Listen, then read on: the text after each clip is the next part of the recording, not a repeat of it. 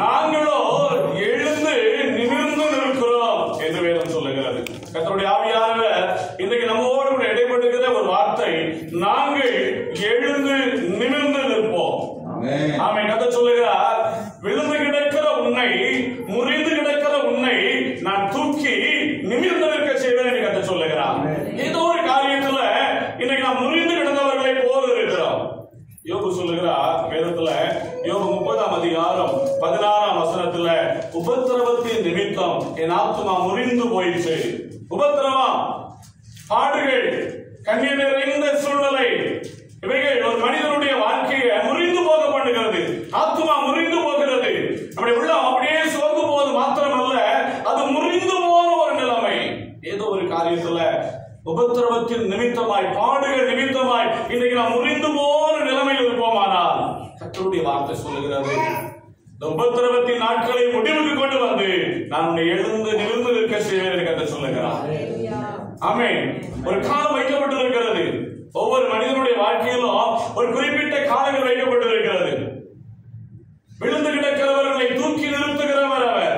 வேதம் சொல்லுகிறது, சோர்ந்து போகிறவருக்கு அவர் பலன் கொடுத்து சத்துவம் இல்லாதவருக்கு சத்துவத்தை பெருக பண்ணுகிறார்.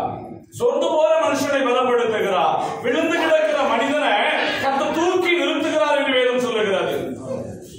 எளியவனை குப்பையிலிருந்து தூக்குகிறார். இப்ப ஆண்டவர் நம்ம பார்த்து சொல்றாரு, இந்த உபத்திரவத்தினால இன்றைக்கு ஆத்துமா முறிந்து போய் கிடக்கிறது. முறிஞ்சு போயிடுச்சு. முறிஞ்சு போற ஒரு மரம் அது புதுசா தடுக்கணும். அந்த முறிந்து போனதை வெட்ட வைக்க முடியாது. கர்த்தர் சொல்றாரு, முறிந்து போற ஆத்மாவை நான் உயிர்ப்பிக்கிற தேவன். முறிந்து போய் கிடக்கிற காரியம் எதெல்லாம் முறிந்து போய் கிடக்குது உங்க வாழ்க்கையில? ஒருவேளை இந்த தேசத்துல வந்து வேலை இல்லாம வாழ்க்கையில முறிந்து போன நிலைமையில் ஆத்மா இருக்கலாம். சொல்லுகிற வார்த்தை, நான் அந்த முறிந்து போன ஆத்மாவை உயிர்ப்பிப்பேன். வேலையை கொடுத்து கர்த்தர் ஆசீர்வதிக்கிறவர். யோபுடைய வாழ்க்கையில ஒரு குறித்த நாள் வந்தது. அவருடைய உபத்திரம் எல்லாம் முடிவுக்கு வந்தது. அவனை கர்த்தர் எழுந்து நிமிர்ந்து நிற்க பண்ணினான். அவன் இழந்து போன எல்லாவற்றையும் திரும்ப பெற்றுக் கொண்டான்.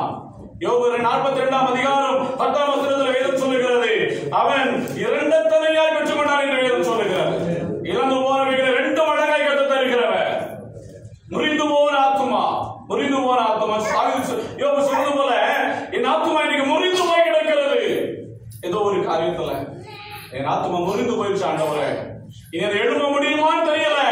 அப்படிப்பட்ட சூழல் இருக்கிற நம்மை பார்த்தா சொல்றாரு, உன் ஆத்துமாவை நான் எழுந்து நிமிர்ந்து நிற்க செய்வேன் என்று சொல்லுகிறேன். எழுந்து நிமிர்ந்து நிற்க செய்கிறவர். நீதிமொழிகள் 15ஆம் அதிகாரம் 13ஆம் வசனத்தில், நம்முடைய மனோ துக்கத்தினாலே நம்முடைய ஆவி முறிந்து போகும் என்று வேதம் சொல்லுகிறது. துக்கம் இருக்கிற ஒவ்வொருவருக்குள்ளும் ஏதோ ஒரு துக்கம் இருக்கிறது.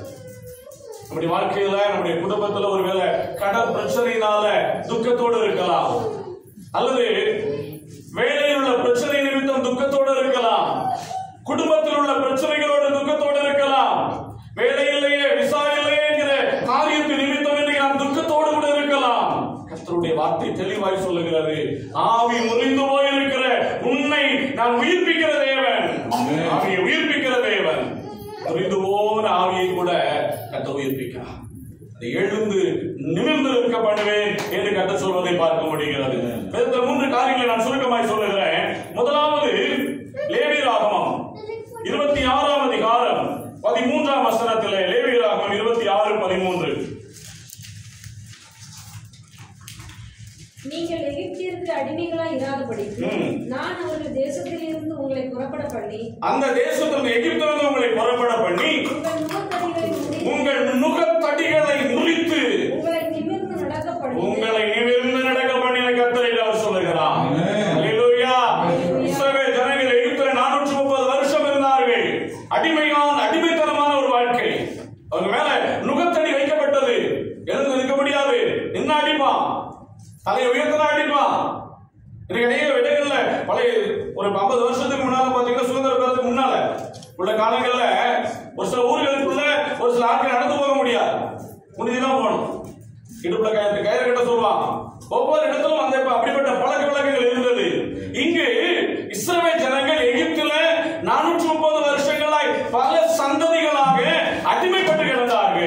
அடிமைப்பட்டு கிடந்தார்கள். அடிமைப்பட்டவர்கள் நுகத்தடியை தங்கள் தோளின் மேல் சுமந்து கொண்டு நிமிர்ந்து நிற்க கூடாத அளவிற்கு வேதனையோடும் கண்ணீரோடும் வாழ்ந்து கொண்டிருந்தார்கள். அவருடைய வாழ்க்கை வேதனையோடு முடிந்து போனது போல இருந்தது. கர்த்தர் அவர்களை புறப்பட பண்ணினார். கர்த்தராய் ஆண்டவர் அவருடைய வாழ்க்கையில் ஒரு அற்புதத்தை செய்யும்படி இஸ்ரவேல் ஜனங்களை அந்த நுகத்தடியை முறித்து புறப்பட பண்ணினார். எழுந்து நிமிர்ந்து நிற்க செய்தார் என்று வேதம் சொல்லுகிறது. என் குடும்பத்தில் என்னைக்கு இதுவரைக்கும் கஷ்டத்துல நான் கஷ்டத்துக்குள்ளே இருக்கிறேன் என்று சொல்லுகிறோம். பல வருஷங்களாய் பல சந்ததிகளாய் என்னுடைய பெற்றோர் முன்னோர் எல்லாருமே கஷ்டத்துக்குள்ள கடனுக்குள்ள இருந்தோம். அப்படி சொல்லிட்டு இருக்கிறீங்களா? கர்த்தர் ஒரு மாற்றத்தை கொண்டு வருவார். நானும் கஷ்டத்தான் படுவேன் சொல்லாதீங்க. கஷ்டப்படுகிற சூழ்நிலையை மாற்றுகிறவர் ஆண்டவர். எந்த கஷ்டத்தை நீங்க நம்முடைய குடும்பம் அனுபவிச்சோ அந்த கஷ்டத்தை நீ அனுபவிக்க போவதில்லை. ஏனென்றால் கர்த்தர் முகத்தடி முறித்து போட்டு நிமிர்ந்து நடக்க செய்கிறவர். நீங்க உள்ள சோர்ந்து போயிடும். எங்க அப்பா அப்படி கஷ்டப்பட்டாரு, நானும் கஷ்டப்படுவேன். என்னுடைய தாத்தாவும் இப்படிதான் இருந்தாரு, நானும் இப்படிதான் இருப்பேன். அதெல்லாம் ஒண்ணும் கிடையாது. ஆண்டவர் உங்களை நிமிர்ந்து நிற்க செய்வார். உங்களுடைய பெற்றோரை குறித்து யோசிக்காதீங்க. உங்களுடைய முன்னோர்களை குறித்து யோசிச்சுட்டு இருக்காதீங்க, கொல்லப்பட்டு இருக்காதீங்க. இன்றைக்கு ஆண்டவர் சொல்ற வார்த்தை அதெல்லாம் முடிவுக்கு வரும். உங்களுடைய நுகத்தடி முறிந்து போகும். உன் மேல இருக்கிற நுகத்தடி, உன்னுடைய குடும்பத்தின் மேல இருக்கிற நுகத்தடியை நான் முறித்து போட்டு உன்னை நிமிர்ந்து நிற்க செய்வேன். தலை குனிஞ்ச வாழ்க்கை, தலை குனிந்த ஒரு சூழ்நிலை. மனுஷங்களுக்கு முன்னால நீ தலை குனிஞ்சு நிற்கிறோம். கடன்காரனுக்கு முன்னால நம்ம தலை குனிந்து இருக்கிறோம். மற்ற ஜனங்களுக்கு முன்னால தலை குனிந்து நின்று கொண்டு இருக்கிறோம். ஏதோ ஒரு காரியத்தை நிமித்தம் அப்படிப்பட்ட அடிமைத்தனத்தை கர்த்தர் உடைப்பேன் என்று இன்றைக்கு வாக்குப்படுகிறார். உங்களுடைய வாழ்க்கையில் இருக்கிற அந்த அடிமைத்தனம் எந்த அடிமைத்தனமா இருந்தாலும் சரி, அந்த அடிமைத்தனத்தை நான் முறித்து போடுகிற தேவன். இந்த அடிமைத்தனத்தினுடைய நுகத்தடியை கர்த்தர் முறித்து போடுவேன் என்று இன்றைக்கு வாக்குப்படுகிறார். எந்த அடிமைத்தனத்துக்குள்ள நம்முடைய வாழ்க்கை போய் கொண்டிருக்கிறது? இந்த தேசத்துல எந்த அடிமைத்தனத்து நிமித்தமாய் நாம் நுகத்தடியை சுமந்து கொண்டிருக்கிறோம்? ராத்திரி வேளையில ஆவியானவர் சொல்லுகிற வார்த்தை, அந்த நுகத்தடி முறியும். உண்மையில் இருக்கிற நுகத்தடி, உன் குடும்பத்தின் மேல் இருக்கிற நுகத்தடியை நான் முறித்து போடுவேன். நிமிர்ந்து நடக்க முடியல, நிமிர முடியல. எப்படியாவது நான் வாழ்க்கையில முன்னேறணும்னு நினைக்கிறேன், என்னால் முன்னேற முடியல. மறுபடியும் நான் எழுந்து போகிறேன். மறுபடியும் தலையத்தான் நான் பார்த்துக் கொண்டு இருக்கிறேன். என்னால் நிமிர முடியவில்லை என்று யோசிக்கிறீர்களா? கர்த்தர் சொல்லுகிற வார்த்தை, தேவனுடைய ஆவியானவர் திட்டமும் தெளிவுமாய் சொல்லுகிறார். உன் நுகத்தடி இந்த வார்த்தையில முறிக்கப்படும். இனி நீ நுகத்தடிக்குள் இருக்க போவதில்லை. நுகத்தடியினுடைய அனுபவம் வேதனை உள்ளது. அந்த வேதனையில் அந்த அனுபவத்துக்குள்ள கடந்து வருகிற ஒவ்வொருவருடைய இருதயத்துக்கும் தெரியும் எப்படிப்பட்ட வேதனை என்பது. கர்த்தர் புரிப்பார். இந்த ராத்திரியில் ஆவியானவர் நோட்டு பேசுகிற காரியம் அதுதான். உண்மையில் இருக்கிற அந்த நுகத்தடி, எகிப்தினுடைய அடிமைத்தனம் என்கிற நுகத்தடி, உன்னால் நிமிர முடியாத அளவிற்கு இருக்கிற அந்த வேதனையான நுகத்தடியை என்னுடைய வல்லமையினால் முறித்து போடுவேன் என்று கர்த்தர் சொல்லுகிறார். முறித்து போடுகிற தேவக்கர், முறித்து போடுகிற தேவனுடைய வல்லமை எகிப்தினுடைய அடிமைத்தனத்தை முறித்து நம்மை ஆசீர்வதிக்கிறார். இஸ்ரவேல் என்கிற தேசம் 1948 வருஷம் 1948 வருஷம் மே மாதம் 14ஆம் தேதிக்கு முன்னால் ஒரு நாடே கிடையாது. இஸ்ரவேல் தேசம் சொல்லி பைபிள் வாசிட்டு இருக்கிறோம். ஆனா கிபி 70ஆம் வருஷத்துக்கு பிறகு அந்த தேசத்தினுடைய ஜனங்கள் சிதறடிக்கப்பட்டார்கள். இஸ்ரவேல் தேசத்திலிருந்து பல தேசங்களுக்கு சிதறடிக்கப்பட்டார்கள். அந்த வருஷத்திலிருந்து அதன் பிறகு 1948 வருஷம் வரைக்கும் பல தேசங்களில் சிதறி கிடந்தார்கள். கொஞ்சம் அழிவெல்லாம் கிடையாது. ஒவ்வொருத்தரும் யூதர்கள் பார்த்து அழிப்பான். ஹிட்லரால சுமார் 60-70 லட்சம் பேர் கொலை செய்யப்பட்டார்கள்.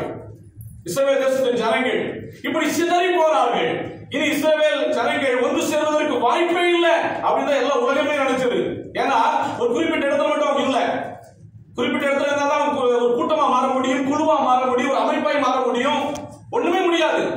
இந்த தேசமே இல்ல, இந்த ஜனங்கள் அப்படிதான் ஒவ்வொரு இடத்துல கொஞ்சம் இருப்பாங்க, அவ்வளவுதான் அப்படின்னு நினைச்சிட்டு இருந்தாங்க.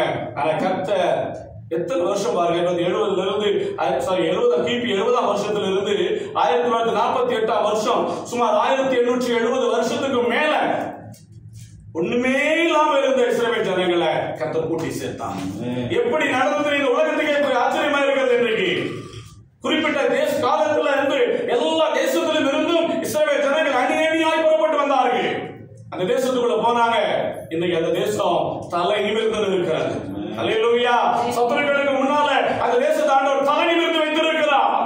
இதுதான் கர்த்தர், இதுதான் ஆண்டவர். முடியாது, நடக்க வாய்ப்பே இல்லை. உலகம் அப்படிதான் சொல்லும். உன் குடும்பம் முன்னேற வாய்ப்பு இல்லை, நீ ஆசீர்வதிக்கப்பட வாய்ப்பு இல்லை, நீ வீடு கட்ட வாய்ப்பு இல்லை, உன் பிள்ளைங்க முன்னேற முடியாதுன்னு சொல்லும். ஆனா கர்த்தர் சொல்லுவார், அந்த நுகத்தடியை முறிக்கிறவர் நான். நுகத்தடியை முறிக்கிறவர் நான். அந்த நுகத்தடி முறியும். தேவனால் கூடாத காரியம் ஒன்றும் இல்லை. ஆண்டவர் ஒரு அற்புதத்தை செய்வார்.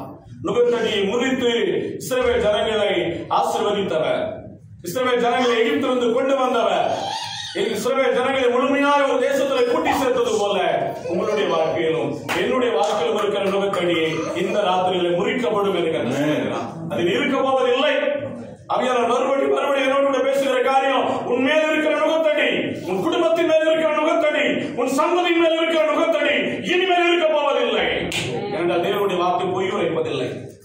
ஆண்டவர் விசுவாசித்துக் கொள்வோம். ஆண்டவர் அந்த நுகத்தடியை முறிக்கிறவர். இரண்டாவது வேதத்துல லூக்கா 13ஆம் அதிகாரம் 11ஆம் வசனத்தை ஒரு வாசியுங்கள். லூக்கா 13:11. அப்பொழுது 18 வருஷமாய் பலவீனப்படுத்தும் ஆவியை கொண்ட ஒரு ஸ்திரீ அங்கே இருந்தாள். அவள் எவ்வளவு நிமிரக்கூடாத பூனியாய் இருந்தாள். இயேசு அவளை கண்டு அவளிடத்தில் அழைத்து, ஸ்திரீயே, உன் பலவீனத்திலிருந்து விடுதலையாக்கப்பட்டாய் என்று சொல்லி அவள் மேல் தமது கைகளை வைத்தார். 18 வருஷமா நிமிரக்கூட முடியாத ஒரு கூடி, வேணும் அப்படிதான் சொல்லுங்க. 18 வருஷமா அவன் நிமிர முடியல. கீழே குடிஞ்சதான் பார்த்துட்டு போவான், தலையை மட்டும் தான் பார்ப்பான். அவருடைய சரி கூணி போயிடுச்சு, முதுகெலும்பு சிறா போயிடுச்சு. இப்படிப்பட்ட ஒரு சூழ்நிலையில கர்த்தர் அந்த இடத்துக்கு போறாரு. இயேசு கிறிஸ்து அந்த இடத்துல போய் அந்த ஸ்திரியை ஒரு சுகத்திற்குள்ளாய் கொண்டு வருகிறார். 16ஆம் வசனத்தை வாசிங்க. 13:16. லூக்கா 13:16. அவள் மேல் தமது கைகளை வைத்தார். உடனே அவள் நிமிர்ந்து தேவனை மகிமைப்படுத்தினார். ஆமென். 18 வருஷமா கூனி போய் குறுகி போய் பூமியை பார்த்துக் கொண்டிருந்தவள் இயேசு கிறிஸ்துவுடைய வல்லமை பட்ட பொழுது, இயேசு கிறிஸ்துவுடைய கரம் பட்ட பொழுது அவளுடைய கூனியின் தனம் சுகம் பெறுகிறது. அவள் நிமிர்ந்து நின்றாள் என்று வேதம் சொல்லுகிறது. அல்லேலூயா. 18 வருஷங்களாக வேதனையோடு இருந்தவள், 18 வருஷமாய் குறுகி போறவள், 18 வருஷமாய் மற்ற ஜனங்களுக்கு முன்பதாக நிமிர்ந்து பார்க்க கூட நிற்க முடியாதவள் இங்கே அற்புதத்தை பெற்றுக் கொள்ளுகிறார். அதே ஆண்டவர் இன்றைக்கு மாறாதவர். உங்க வாழ்க்கையில் எத்தனை வருஷம் யோசிச்சு பாருங்க. இத்தனை வருஷமா நானும் கூனி குறுகி போய் நிற்கிற ஆண்டவரை, என்னால நிமிர்ந்து நிற்க முடியல, நான் குறுகி போயிட்டேன். 18 வருஷமான அந்த கூனியை போல என் வாழ்க்கை மாறி இருக்கிறது ஆண்டவரே. இந்த தேசத்துல வந்து நான் கூனி குறுகி போய் இருக்கிறேன். எனக்கும் ஒரு அற்புதம் தேவை, நம்முடைய வாழ்க்கையில, நம்முடைய குடும்பத்துல, நம்முடைய பிள்ளைகளுடைய வாழ்க்கையில கூனி குறுகி போய் இருக்கிற காரியங்கள்ல தேவன் செயல்பட வல்லமையுடையவர். எத்தனை வருஷமா வேதனை அனுபவித்துக் கொண்டிருக்கிறீர்கள். அன்றைக்கு முன்னாடி அதெல்லாம் தேவ சமூகத்துல, ஆண்டவரே, இத்தனை வருஷமான கூனி குறுகி இருக்கிற கடன் பிரச்சனையினால கூனி குறுகி போய் இருக்கிறேன். என்னுடைய வேலையோட பிரச்சனை நிமித்தமாய் கூனி குறுகி போய் இருக்கிறேன்.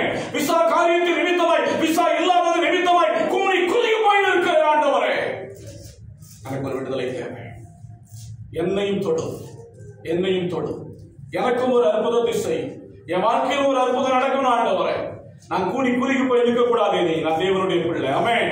நான் தேவனுடைய பிள்ளை. நிமிர்ந்து நிற்க விரும்புகிறேன். ஆண்டவரே, என்னை நிமிர்ந்து நிற்க செய்யும். தேவனுடைய பிள்ளைகளாகி நாம் ஆண்டவருடைய சமூகத்தை உறுதியாக பிடிக்க வேண்டும். நம்முடைய வாழ்க்கை இப்படிதான். நாட்டில் வந்தோம், கஷ்டப்பட்ட எவ்வளவுதான் நினைக்காதீங்க. கஷ்டத்தை மாற்றதான் ஆண்டவர் இருக்கிறார். அதுக்குதான் நாம் ஆண்டவரை தேடி வந்திருக்கிறோம். அதுக்குதான் ஆண்டவர் தேவன் தன்னுடைய வார்த்தையை சொல்லுகிறார். தேவனுடைய வார்த்தை ஒரு நாள் பொய் உரைப்பதில்லை, மறுபடியும் சொல்லுகிறேன். அதிகாலை வேலையில் ஜெபித்தோடு ஒரு நாள் படுத்திருந்த பொழுது கர்த்தர் இந்த நாளில் பேசும்படி கொடுத்த வார்த்தை இது. தெளிவான சத்தத்தை கேட்டேன். உங்களுடைய வாழ்க்கையிலும் என்னுடைய வாழ்க்கையிலும் ஆண்டவர் நிச்சயமாக ஒரு அற்புதத்தை செய்ய காத்திருக்கிறார். எத்தனை வருஷ கூனித்தனம் அதை கண்டுக்குள்ள கொள்வார். ஆண்டவர் மறுபடியும் அந்த வார்த்தையை சொல்றபடினாலும் சொல்றேன். எத்தனை வருஷமா நான் கண்ணீர் வடிக்கிற ஆண்டவரே, இத்தனை வருஷமா என் பிள்ளைகளுடைய வாழ்க்கைக்காக கண்ணீர் வடித்துக் கொண்டிருக்கிறேன். இத்தனை வருஷமா நான் ஒரு காரியத்தை செய்ய நினைக்கிறேன், என்னால முடியல. இத்தனை வருஷமா என் சத்துருக்களுக்கு முன்னால கூனி குறுகி போயிருக்கிறேன் ஆண்டவரே, எனக்கு ஒரு விடுதலை தேவை. என்னை ஆசீர்வதியும் ஆண்டவரே சொல்லி நம்ம நோக்கி பார்க்கணும். கர்த்தர் ராத்திரியில் அற்புதத்தை செய்வார். கூனி குறுகி இருக்கிற காரியங்கள்ல அவர் தன்னுடைய கரத்தை நீட்டுவார். அவருடைய கரம் வெளிப்படுகிற பொழுது தடைப்பட்ட காரியங்கள், முடியாத காரியங்கள்ல ஒரு அற்புதம் நடைபெறும். ஆராய்ந்து முடியாத பெரிய காரியங்களை அவர் செய்கிறவர் என்று சொன்னேன். நிச்சயமாய் செய்வார். ஆராய்ந்து முடியாத பெரிய காரியத்தை நம்முடைய வாழ்க்கையில, நம்முடைய குடும்பத்துல, நம்முடைய சபையில, ஒவ்வொருடைய வாழ்க்கையிலும் ஆண்டவர் செய்வார். அதுதான் சொல்றாரு, கூணி போய் இருக்கிற காரியங்கள், குறுகி போய் இருக்கிற காரியங்கள், மற்றவர்களுக்கு முன்னால வேதனையோடு நின்று கொண்டு இருக்கிற காரியம், இதெல்லாம் மனசுக்குள்ள போட்டு குழம்பிக்கிட்டு இருக்க கூடாது. ஆண்டவர்கிட்ட சொல்லணும், ஆண்டவர்கிட்ட பேசணும். ஆண்டவரே, நானும் கூணி குறுகி இருக்கிறேன் என் ஊருக்குள்ள, என்னால நிமிர்ந்தெல்லாம் எடுக்க முடியல. ஏதோ பேச்செல்லாம் பேசிடுவோம் நம்ம, ஆனா நம்ம சூழ்நிலை, நம்முடைய கஷ்டம், மற்றவங்களுக்கு முன்னால நிமிர்ந்து இருக்க முடியல. நிமிர்ந்து நிற்கணும். தேவனுடைய பிள்ளைனா ஆண்டவருடைய ஜெபம் பண்ணணும். ஆண்டவரே, நான் நிமிர்ந்து இருக்க விரும்புகிறேன், கூணி குறுகி போய் நான் இருக்க விரும்பவில்லை, ஏனென்றால் நான் உங்களுடைய பிள்ளை. ஆமென். அல்லேலூயா. நம்ம யாரு? இயேசுவோடைய பிள்ளைங்க. ஏன் கூணி குறுகி இருக்கணும்? ஏன் இன்னும் உங்களுடைய கம்பெனியில ஏன் கூணி குறுகி இருக்கிற அளவுக்கு இருக்கிற? கர்த்தருடைய வியர்த்த வல்லமை உடையவர், கர்த்தருடைய வியர்த்துவார். கூணி குறுகி போய் நின்ற அந்த சகோதரியை கர்த்தர் தொடுகிறார். 18 வருஷமா இருந்த அந்த நிலைமை ஒரே நாளில மாறிச்சு, ஒரே நேரத்துல மாறிச்சு, ஒரே நொடியில மாறிச்சு. கர்த்தர் மாற்றணும்னு நினைச்சிட்டாருன்னா அவர் நேர காலம்லாம் இல்ல, ஒரே செகண்ட் தான். ஆமென். தொட்ட உடனே சுகம் பெறுகிற நிலைமை. ஆண்டவர் நம்மை தொடுவார். ராத்திரியில ஆண்டவரை என்னையும் தொடும், என்னுடைய காரியத்தை தொடும். எந்த காரியத்துல நான் கூணி குறுகி போய் நிற்கிறேனோ அந்த காரியத்துல எனக்கும் ஒரு அற்புதத்தை செய்யும் ஆண்டவரே, எனக்கு ஒரு அற்புதத்தை செய்யும். ஆண்டவர் தன்னுடைய பிள்ளைகளுக்கு அற்புதத்தை செய்கிறவர். மூன்றாவது ஒரு காரியத்தை நான் சொல்லுகிறேன். அப்போஸ்தலர் 14ஆம் அதிகாரம் 9ஆம் வசனம் 10ஆம் வசனம். பவுல் பேசுகிறதை கேட்டுக் கொண்டிருந்தான். அவனை பவுல் உற்று பார்த்து, ரட்சிப்பு கேட்ட விசுவாசம் அவனுக்கு உண்டென்று கண்டு, நீ எழுந்து காலொன்றி நிமிர்ந்து நில்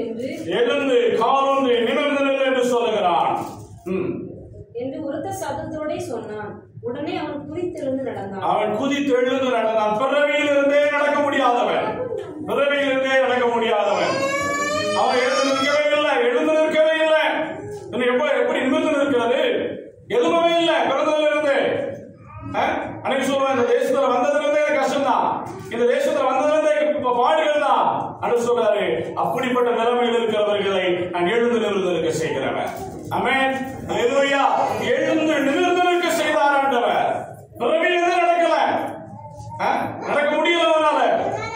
அப்படிப்பட்ட மனிதரை கர்த்தர் எழும்ப செய்தார், நிமிர செய்தார், நடக்க செய்தார், குதிக்க செய்தார் என்று வேதத்தில் பார்க்கிறோம். உங்களுக்கு ஆண்டவர் செய்வார். உங்கள் வாழ்க்கையை ஆண்டவர் மாற்றுகிறவர். பிறவி சப்பானியை கர்த்தர் சுகப்படுத்தி எழும்ப செய்து நிமிர செய்தார். எந்த காரியங்கள்ல ஆரம்பத்திலிருந்து நம்ம நிமிர்ந்து நிற்க முடியவில்லையோ அந்த காரியங்களில் ஆண்டவர் இன்றைக்கு ஒரு அற்புதத்தை செய்வார் என்று சொல்லுகிறார். ஆரம்ப நாட்களில் இருந்து அது தோல்விக்கு மேல தோல்வி, நஷ்டத்துக்கு மேல நஷ்டம், கஷ்டத்துக்கு மேல கஷ்டமாய் வந்தது. அந்த காரியங்களில் இனி ஆண்டவர் தொடுவார், ஆண்டவர் ஆசீர்வதிப்பார், அதிலே ஆண்டவர் எழுப்பி நிற்க செய்வார்.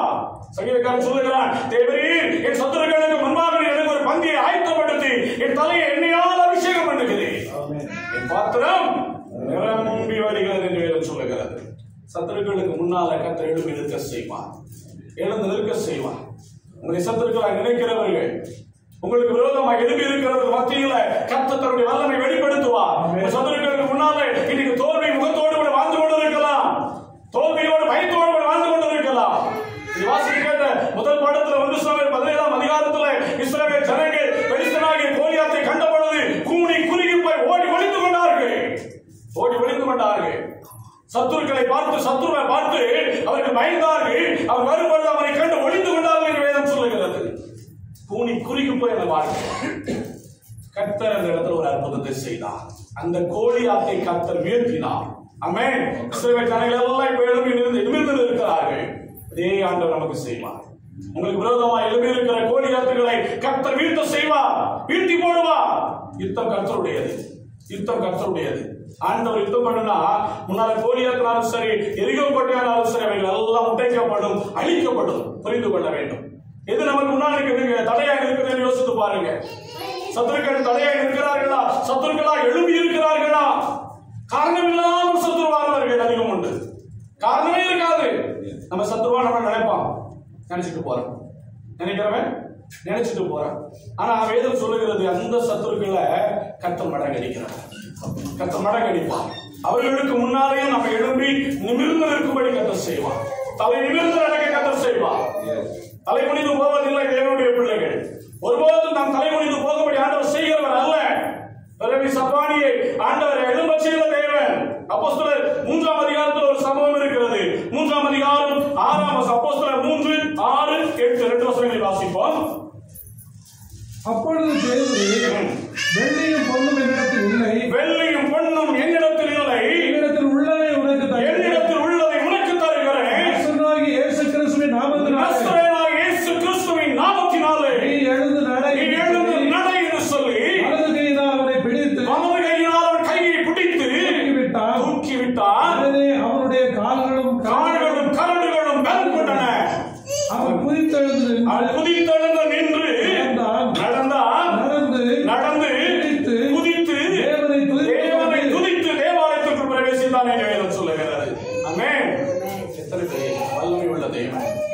தேவாலயத்துக்கு முன்னால பிச்சை எடுத்துக்கிட்டு இருந்தான். ஒவ்வொருத்தருக்கிட்டே கை நீட்டிக்கிட்டு இருக்கிற ஒரு வாழ்க்கை. ஒவ்வொரு மனுஷனுக்கு முன்னாலும் கூணி குறுகி போய் நின்ற ஒரு வாழ்க்கை, பிச்சைக்கார ஒரு வாழ்க்கை. ஆனா கர்த்தர் அவனை தேவாலயத்துக்குள் பிரவேசிக்க செய்யும்படி ஒரு அற்புதத்தை செய்தான். வெளியெல்லாம் பிச்சை எடுத்துட்டு இருக்கிறான், ஒவ்வொருத்தரையா எதிர்பார்த்து கொண்டு இருக்கிறான். இவெல்லாம் பிச்சை போட மாட்டான்னு சொல்லி ஒவ்வொரு மனிதனிடத்திலும் எதிர்பார்த்து காத்து போய் சொந்த போன நிலைமையில் வாழ்ந்து கொண்டிருந்தவன். ஒவ்வொரு நாளும் அவனால் நடக்க முடியாது, பிறவிலே நடக்க முடியாது, அவனால் நிமிர்ந்து நிற்க முடியல, எழுப்பி நிற்க முடியல. எவ்வளவு வேதனை! நம்ம சொல்றது ஈஸி, அந்த அனுபவத்துக்குள்ள யோசித்து பார்த்தீங்கன்னா தெரியும். அப்படிப்பட்ட மனிதனுடைய நிலைமை மிக கடுமை, கொடூரமாய் வேதனையானது. அப்படிப்பட்ட ஒரு வேதனையை அவன் அனுபவித்துக் கொண்டிருந்தான். பிச்சை எடுத்துக் கொண்டிருக்கிறார். 2 காலம் நடக்க முடியல, எழுந்து நிற்க முடியல, நிமிர்ந்து நிற்க முடியல. பிச்சை எடுக்கும் போதெல்லாம் புரிஞ்சுக்கிட்டே இருக்கணும். பிச்சை போட்டவனை பார்த்து வேதனையோடு நிற்கணும். கீழே உட்கார்ந்துட்டு அவனுக்கு முன்னால் நடக்கிறத பார்த்து வேதனையோடு நிற்கணும். ஒவ்வொரு நாளும் கூணி குறுகி போய் நிற்கிறான். மற்றவங்களுக்கு தெரியாது. உள்ளத்துக்குள்ள இருக்கிற வேதனை அவனுக்கு மட்டும்தான் தெரியும். எனக்கு அநேகருடைய வேதனை அவங்களுக்கு மட்டும்தான் தெரியுது, மற்றவங்களுக்கு தெரியாது. வெளியில சிரிச்சு பேசுற மாதிரி இருக்கும், வெளியில முக மலர்ச்சியோடு இருப்பாங்க. ஆனா உள்ளத்துல இருக்கிற வேதனை ஒண்ணு இருக்கு பாத்தீங்களா, அந்த வேதனை சொல்ல முடியாது. அவங்க உணர்கிற அநேகருடைய வேதனைகளை அப்படிதான் அநேகருடைய இதயத்துக்குள்ள இருக்கிற வேதனை இருக்கிறது. இந்த பிச்சைக்காரனை போல படுத்து வேதனையோடு இருக்கிறோம். வாழ்க்கை எப்படியாய் மாறிவிட்டது ஆண்டவரே என்கிற கண்ணீர் நிறைந்த ஒரு வாழ்க்கைக்கு நேராக இந்த மனிதன் படுத்து கிடக்க அமர்ந்திருக்கிறான். அடுத்தவர்கள் எதிர்பார்த்து கூணி குறுகி போய் நின்றவனை ஆண்டவருடைய ஊழியக்காரர் சொல்லுகிறார்கள், வெள்ளியும் பொன்னும் என்னிடத்தில் இல்லை, என்னிடத்தில் உள்ளதை உனக்கு தருகிறேன். இயேசுவின் நாமத்தினாலே நீ எழுந்து நட. அவ்வளவுதான். கூணி குறுகி நின்றவன், வாழ்க்கையில முன்னேற்றத்தையே பார்க்கிறாதவன், ஒரு நாளும் எழுந்து நிற்காதவன், இப்போது எழுந்தான், நடந்தான், தேவனை குதித்தான், தேவனை குதித்துக் கொண்டு தேவாலயத்திற்குள் பிரவேசித்தான். வாழ்க்கையில் ஒரு மாற்றம் அற்புதத்தை செய்கிற ஆண்டவராகிய இயேசு கிறிஸ்து உங்களுடைய வாழ்க்கையில் இருக்கிற வேதனைகளை இந்த ராத்திரியில மாற்றுவார். உணர்ந்து நான் உங்களுக்கு சொல்லுகிற காரியம் இதுதான். கூணி குறுகி போயிருக்கிறீர்களோ, கர்த்தருடைய கரம் இறங்கி அற்புதத்தை செய்யும். கர்த்தர் ஒரு அற்புதத்தை செய்யும்படியாகவே இனி நம்மை அழைத்து வந்திருக்கிறார். இனி நீ நிமிர்ந்து இருக்கக்கூடிய காலம், இனி நீ எழுந்து இருக்கக்கூடிய காலம், இனி நீ தேவனுக்காய் பிரகாசிக்க வேண்டிய ஒரு காலம். கர்த்தர் செயல்படுவார். இதுவரையிலும் நம்ம எழுந்துதான் இருக்கிறோம், நிமிர்ந்து நிற்கல. நிமிர்ந்து நிற்கவும் ஆண்டவர் கிருபை செய்வார். ஆமென். ஹல்லேலூயா. தேவன் உங்களை குறித்ததான திட்டத்தை நிறைவேற்ற போகிற காலத்திற்கு சமீபமாய் வந்திருக்கிறீர்கள். தூரத்தில் அல்ல. உங்கள் மேல் வைத்திருக்கிற அபிஷேகம், உங்கள் மேல் வைத்திருக்கிற நோக்கம், உங்கள் மேல் வைத்திருக்கிற தேவனுடைய தரிசனம் நிறைவேறும் நாட்களுக்கு நேராக நாம் நடத்தப்பட்டு கொண்டிருக்கிறோம். நிமிர்ந்து நிற்கணும். தேவனுடைய பிள்ளைகளாகிய நீங்களும் நானும் நிமிர்ந்து நிற்கும்படி தேவனால் அழைக்கப்படுகிறோம். தேவன் நம்மை அழைக்கிறார். அதற்கு தான் கர்த்தர் நம்மை அழைத்து வருகிறார். கர்த்தருடைய பிள்ளைகளாகி நாம் இன்றைக்கு நம்முடைய வாழ்க்கையில எப்படிப்பட்ட ஒரு வாழ்க்கையை வாழ்ந்து கொண்டிருக்கிறோம் யோசித்து பாருங்க. எல்லாமே வேதனையோடு அனுபவித்துட்டு இருக்கிறோமா? வேதனையின் பாதையில் இருக்கிறோமா? மற்றவங்களுக்கு முன்னால வேதனை உள்ளவர்களாய் நம்மை மாற்றி வைத்திருக்கிறோமா? அற்புதம் செய்வார். அதுக்குதான் தேவனுடைய சமூகத்தில் வந்திருக்கும். நம்ம என்ன செய்யணும்? ஏன் நம்முடைய வாழ்க்கையை நிமிர்ந்து பார்க்க முடியாத நிலைமையில் இருக்கிறோம்? வேதம் சொல்கிறது 1 ராஜாக்கள் 8ஆம் அதிகாரம் 33ஆம் வசனம், 2 6ஆம் அதிகாரம் 24ஆம் வசனம், 2 வசனத்திலும் 1 ராஜாக்கள் 8:33 வாசியுங்கள். உம்முடைய ஜனங்களாகிய இஸ்ரவேலர் உமக்கு விரோதமாய் பாவம் செய்தது நிமித்தம் சத்துருவுக்கு முன்பாக முறிந்து போய் போனோம். யார் முறிந்து போனோமா? பாவம் செய்தது நிமித்தம். நல்ல கவனித்துக் கொள்ளணும். இஸ்ரவேல் ஜனங்கள் பாவம் செய்தது நிமித்தம் சத்துருவுக்கு முன்னால முறிந்தோடினார்கள். ஏதோ ஒரு பாவம். நல்லா புரிந்து கொள்ளணும். இன்னைக்கு ஏன் நம்மளால முன்னேற முடியல? ஏன் நிமிர்ந்து நிற்க முடியல? ஏன் ஒரு உயர்வான ஸ்தானத்துக்கு வர முடியல? ஏதோ ஒரு பாவம் இன்னைக்கு நம்முடைய வாழ்க்கையில் இருந்து கொண்டே இருக்கிறது. அது இருந்திருக்கிறது. அதை ஆண்டவருடைய சமூகத்தில் ஒவ்வொரு நாளும் அறிக்கை செய்து அதற்கு முழுமையான ஒரு விடுதலை பெற்றுக் கொள்ளும்படி கர்த்தர் இன்றைக்கு நாம அழைக்கிறார். நல்லா புரிந்து கொள்ளுங்க. காரணம் இல்லாமல் விழுந்து கிடக்கல. காரணம் இல்லாமல் நாம் விழுந்து கிடக்கவில்லை. ஒரு காரியத்தை ஆண்டவர் சொல்லுகிறார். அக்கிரமத்தின் நிமித்தம், நம்முடைய பாவத்தின் நிமித்தம் நாம் எழுந்து நிற்க முடியாமல் நின்று கொண்டிருக்கிறோம். எந்த பாவம்? தேவனை வழியா தேடல, தேவனுக்கு சரியான காரியத்தை நம்ம செய்யல, கர்த்தர் சொன்ன காரியங்களுக்கு நம்ம கீழ்ப்படியல. அதன் நிமித்தம் முறிந்து விழுந்து கிடக்கும். எழுந்து நிமிர்ந்து நிற்கணும்னா பாவத்திலிருந்து ஒரு விடுதலை நமக்கு தேவை. இந்த பாவ காரியத்திலிருந்து மன்னிப்பு நமக்கு தேவை. அந்த பாவ காரியத்தை குறித்த ஒரு உணர்வு தேவை. நல்லா புரிந்து கொள்ளணும். ஆண்டவரே, நான் பாவம் செய்தேன், நான் அக்கிரமம் செய்தேன், என்னை மன்னியும், என் பாவங்களை மன்னி, என் அக்கிரமங்களை மன்னி. ஆண்டவரை கேட்கிறேன், என்ன பாவத்துக்குள்ள என்ன மாட்டின ஆண்டவரே? பாவம் இருக்கு, நம்ம கிட்ட பாவம் இருந்திருக்கு. அதனாலதான் சத்துருக்களுக்கு முன்னால் இஸ்ரவேல் ஜனங்கள் முறிந்து ஓடினார்கள் என்று வேதம் சொல்லுகிறது. வேதம் பொய் உரைப்பதில்லை. ஆமென். ஆண்டவரே கேட்கணும், ஆண்டவரே என்னுடைய பாவங்களை மன்னியும். ஆண்டவரை ஒழுங்கா தேடாததே பாவம் தான். ஆண்டவருக்கு சரியாக முக்கியத்துவம் கொடுக்காம வாழ்ந்திருப்போம், அது பாவமாய் மாறி இருக்கும். தேவனை விட்டு விலகி போன காரியங்கள், தேவனுக்கு பிரியமில்லாத காரியங்களை செய்தது நிமித்தமாக நாம் முறிந்து ஓடி போய் விழுந்து கிடக்கிறோம். ஆண்டவரை கேளுங்க, ஆண்டவரே என் பாவங்களை மன்னி, என்னை பரிசுத்தப்படுத்தும், என்னை ஆண்டவர் நம்மை பரிசுத்தத்திற்கு என்று வைத்திருக்கிறார். ஆண்டவருக்கு முன்பதாக நம்மை தாழ்த்தி அர்ப்பணிக்கிற பொழுது இயேசு கிறிஸ்துவின் ரத்தம் சகல பாவங்களை நீக்கி நம்மை சுத்திகரிக்கிறது. ஆமென். அல்லேலூயா. ஆண்டவரே பாவங்களை மன்னித்து விடும் ஆண்டவரே. நான் சத்துருக்களுக்கு முன்னால நான் விழுந்து போனதற்கு காரணம் ஏன் பாவம் தான்? சொல்லுங்க, தைரியமாவே ஆண்டவர்கிட்ட சொல்லிருங்க. என் பாவம் தான் ஆண்டவரே, நான் தான் காரணம். நான் விழுந்து கிடப்பதற்கு நான் தான் காரணம். என் பாவம் தான் காரணம்.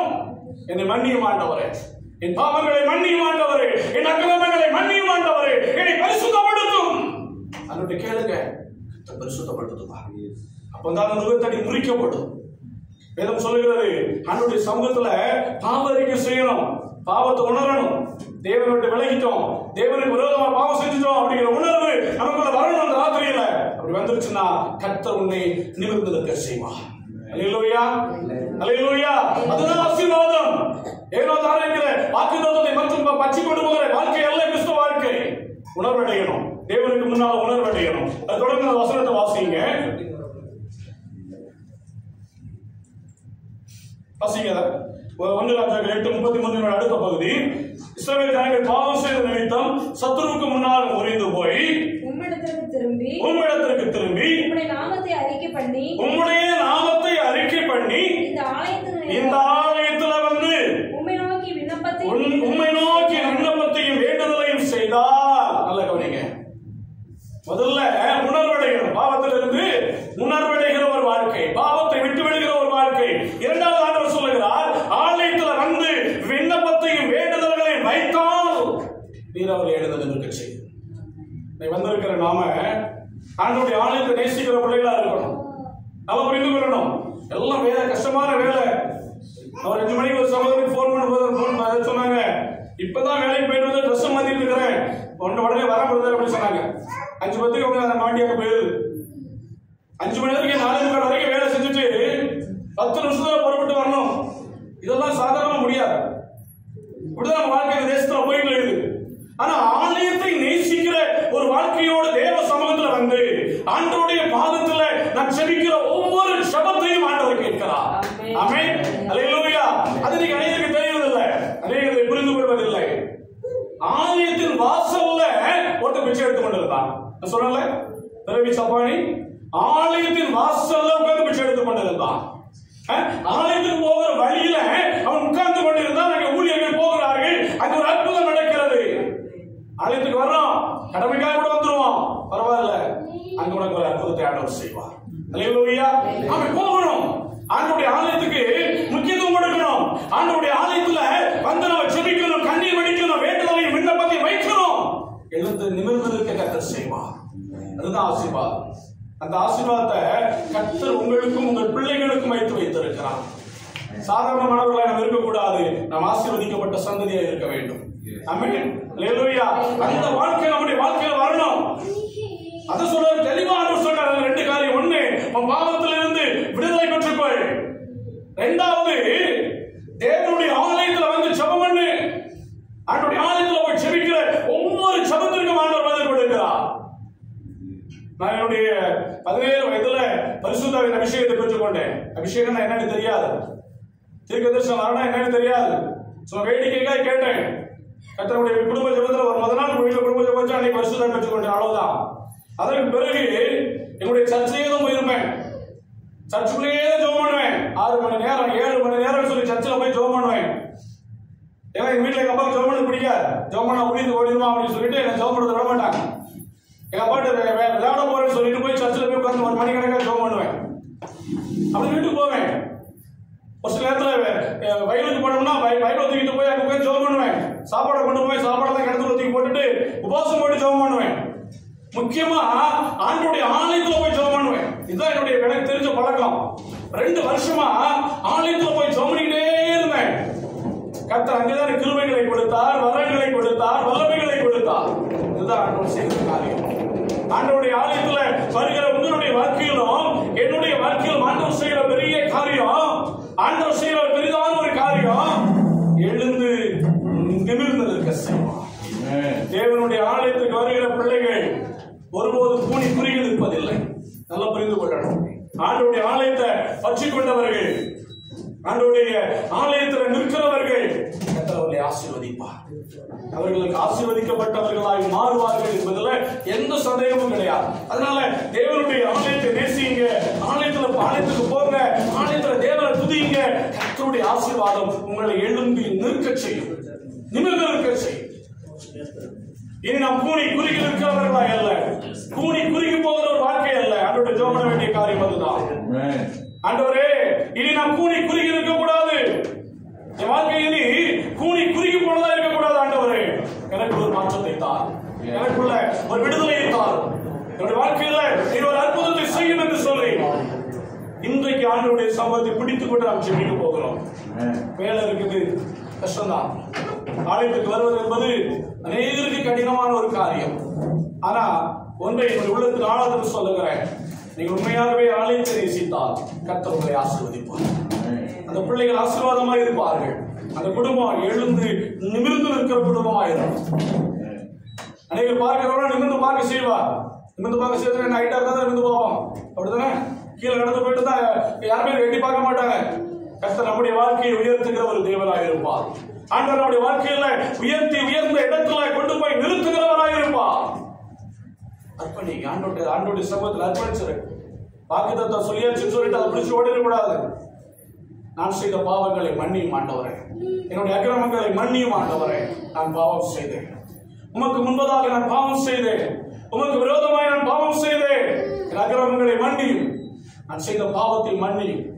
உம்மை நேசிக்காமல் விட்டது என்னுடைய பாவம், உமக்கு விரோதமாய் செயல்பட்டது என்னுடைய பாவம். தேவனுடைய வார்த்தைக்கு கீழ்ப்படியாமல் நான் பாவம் செய்து விட்டேன், தேவனுடைய ஆலயத்தை நேசிக்காமல் நான் பாவம் செய்து விட்டேன். என்னை மன்னியும் ஆண்டவரே என்று சொல்லி தேவ சமூகத்துல நாம் செபித்து நம்மை அர்ப்பணிக்கிற பொழுது கர்த்தர் சொல்லுகிற வார்த்தை, நான் உன்னை எழும்பி நிமிர்ந்ததற்கு செய்வேன், நிமிர்ந்ததற்கு செய்வேன். இனி உங்களுடைய வாழ்க்கையில கர்த்தர் நிமிர்ந்ததற்கு செய்கிற ஒரு அனுபவத்துக்கு நேராய் நடத்துவார். போராட்டம் இருக்கலாம், உபத்திரவங்கள் இருக்கலாம். யோபு சொன்னது போல, உபத்திரவத்தினாலே நான் முறிந்து போனேன், என்னுடைய ஆவி முறிந்து போயிற்று, என் ஆத்மா உபத்திரவத்தினால் முறிந்து போயிற்று. ஒரு சிலருடைய வாழ்க்கையில் அப்படியும் இருக்கிறது. பாவங்கள் ஒரு பக்கம் இன்னொரு பக்கம் இரண்டாவது ஒரு காரியத்துல உபத்திரவம். ஆண்டவர் உபத்திரவத்தின் பாதையை நடத்துகிற பொழுது குறித்த காலம் வருகிற வரைக்கும் நாம் முறிந்து கிடப்பது போல இருப்போம். ஒரு நாள் கத்த தூக்கிடுவார்.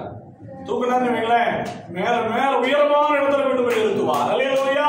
அந்த உபத்திரவத்தின் நாட்கள் முடிவுக்கு வருகிற பொழுது, உன்னுடைய உபத்திரவம் முடிந்து போகிற பொழுது கர்த்தர் உயர்த்துவது சாதாரண மனிதரை உயர்த்துவதற்கு முன்னே உயர்த்துவதற்கு உள்ள வித்தியாசத்தை அங்கே நீ கண்டு கொள்ளுவாய். அங்கே நீ கண்டு கொள்ளுவாய். அனைவருக்கு புரிவதில்லை.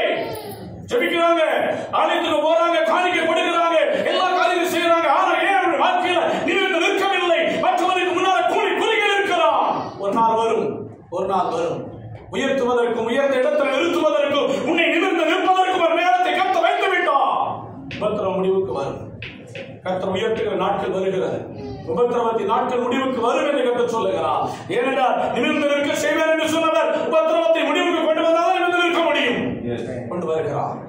உபத்திரவத்தின் பாதைகளை கர்த்தர் முடிவுக்கு கொண்டு வருவார். யோபுடைய உபத்திரவம் முடிவுக்கு வந்தது. 2 மடங்காய் ஆசீர்வாதத்தை பெற்றுக் கொண்டார். நீங்க 2 மடங்கா இல்ல, 2000 மடங்காய் உங்களை ஆசீர்வதிப்பார். தேவனால் கூட அந்த காரியம் ஒன்றுமில்லை. நம் தேவனுடைய பிள்ளைகள், தேவனுடைய பிள்ளைகளா இருக்கிற நம்முடைய வாழ்க்கையில ஆண்டவரே என்னை எழுந்து நிமிர்ந்து நிற்க செய்யும். நாம் யாரும் எழுப்பி நிற்போம். எல்லாரும் எழுப்பி நின்று தேவனுடைய சமூகத்தில் என் குடும்பம் விழுந்து கிடக்கிறது, என் பிள்ளைகள் விழுந்து கிடக்கிறார்கள். Thank you Lord. Thank you Lord. ஆண்டவருடைய சமூகத்தில் எல்லாரும் கண்களை மூடி 5 நிமிஷம் ஜெபம் பண்ணி முடிக்க போறோம். கர்த்தருடைய ஆவியானவர் நம்மோடு கூட பேசி இருக்கிறார். உடைக்கப்பட்ட இதயத்தோடு இன்னைக்கு நம்ம இந்த இடத்துல இருந்து கொண்டு இருக்கலாம். வெளியில சொல்ல முடியல, வெளியில சொல்ல முடியல. ஒரு சொந்த வீடு இல்லையே அப்படிங்கிற ஏக்கம், கலக்கம், கண்ணீர் இருந்து கொண்டு இருக்கலாம். என் பிள்ளைகளுடைய வாழ்க்கையில நன்மை இல்லையே என்கிற வேதனை இதயத்தை உடைத்துக் கொண்டு இருக்கலாம்.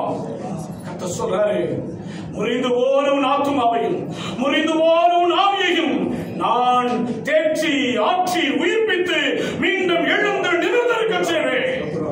எழுந்து நிமிர்ந்திருக்க செய்வேன் என்று கர்த்தர் சொல்லுகிறார். ஆண்டவருடைய சமூகத்தில் நாம் ஏற்படுவோமா? ஆண்டவரே எனக்கு இறங்கும். ஆண்டவரே நான் உடைக்கப்பட்டு இருக்கிறேன் ஐயா. எல்லா கண்களையும் மூடி இருதயத்துக்குள்ள இருக்கிற வேதனைகளை தேவனுக்கு முன்பதாய் கொட்டி விடுங்கள்.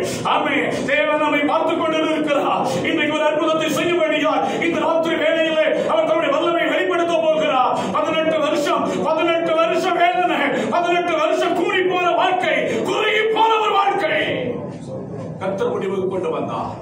உங்க வாழ்க்கையில எத்தனை வருஷம் குறுகி போன நிலைமையில் இருக்கிறீங்க? நிமிர்ந்து நிற்க முடியல, மற்றவங்களுக்கு முன்னால் நிமிர்ந்து நிற்க முடியல. கர்த்தர் இன்றைக்கு அவைகளை உடைக்க போகிறார். அந்த காரியங்களை உடைக்க போகிறார்.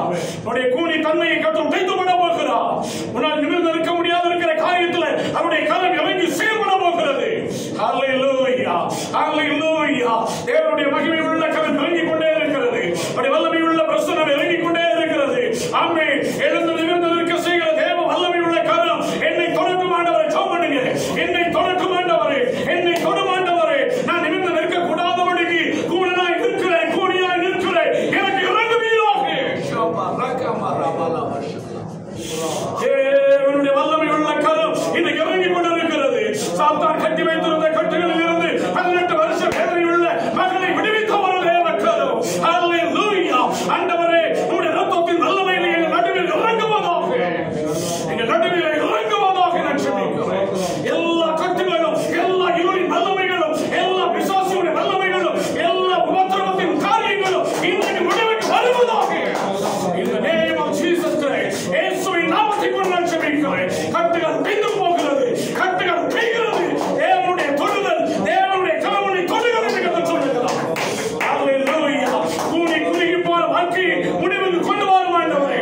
என் பிள்ளைகளுடைய வாழ்க்கையிலே கூடி குறுகி போற காரியங்கள் இந்த ராத்திரியோட முடிவுக்கு வருவதாக. கலங்காதே. கர்த்தருடைய கரம் பராக்கிரமம் செய்யும் என்று கர்த்தர் சொல்லுகிறார். கர்த்தருடைய கரம் பராக்கிரமம் செய்யும். இனி நீ அழுது கொண்டு இருப்பதில்லை. உன் சத்துருக்களுக்கு முன்பதாக நான் ஒரு பந்தி ஆயத்தப்படுத்தி இருக்கிறேன். தூரத்தில் ஏறெடுத்து பார். என் கண்களை கர்த்தர் காண்பிக்கிறார். தூரத்தில் ஏறெடுத்து பார். ஆமென். ஒரு அழகான பிரகாசம் உள்ள ஒரு வெளிச்சம் உள்ள ஒரு இடத்தை கர்த்தர் காண்பிக்கிறார். ஆமென், ஆமென். இன்னொரு காரியங்கள் முடிவுக்கு வருகிறது. தூரத்தில் எண்ணியான காரியங்கள் வைக்கப்படுகிறார். கர்த்தர் தம்முடைய வல்லமை வெளிப்படுத்த ஆரம்பித்துவிட்டார். ஹல்லேலூயா. குறுகி போன வாழ்க்கை, என் பிள்ளைகளுடைய வாழ்க்கையில குறுகி போற கூணி போற வாழ்க்கையை கர்த்தர் முடிவுக்கு கொண்டு வந்து ஒவ்வொருவருக்கும் விடுதலை தருவீராக. எல்லா கட்டுகளிலும் உடைகிறபடி நாம் உமக்கு ஸ்தோத்திரம். பிள்ளைகளுடைய வாழ்க்கையில் தடையாக இருக்கிற கட்டுகள் இயேசுவின் நாமத்தில் உடைவதற்காக ஸ்தோத்திரம். ஆசீர்வாத காரியங்களில் உள்ள தடைகளை இயேசுவின் நாமத்தில் உடைக்கிறேன் ஆண்டவரே. வேலை காரியத்தில் உள்ள தடைகளை இயேசுவின் நாமத்தில் உடைக்கிறேன். விசா காரியத்தில் உள்ள தடைகளை இயேசுவின் நாமத்தில் உடைத்து ஜெபிக்கிறேன் ஐயா. பெரிய காரியங்களை செய்வீராக. கர்த்தர் பலத்த கிரியைகளை வெளிப்படுத்துவீராக. இப்படி சமூகத்தில் என்னை தாழ்த்தி ஒப்பு கொடுத்து ஜெபிக்கிறோம் ஐயா. என் பாவங்களை மன்னியும் என்று சொல்லுங்க. அர்ப்பணித்திருக்கேன். நான் தப்பு பண்ணிட்டேன் ஆண்டவரே. நான் பாவம் செஞ்சதுனால நீங்க குறுகி போயிட்டேன். இனி நான் பாவம் செய்யக்கூடாது. இனி நான் பாவம் செய்யக்கூடாது. இனி நான் மீறுதலுள்ள வாழ்க்கை வாழக்கூடாது. என்னை அர்ப்பணிக்கிறேன் ஆண்டவரே. என்னை அர்ப்பணிக்கிறேன் ஆண்டவரே. என்னை நீர் ஆசீர்வதியும். என்னை ஆசீர்வதிச்சா நான் தேவாலயத்துக்குள்ள வருவேன் ஆண்டவரே. என்னை ஆசீர்வதிச்சா நம்முடைய ஊழியத்துக்கு பிரயோஜனமா இருப்பேன் ஆண்டவரே. என்னை ஆசீர்வதிச்சா உங்களுடைய நாம மகிமைக்காக ரவி சப்பானி நடந்தான், குதித்தான், துதித்தான், தேவாலயத்துக்குள்ள பிரவேசித்தான்.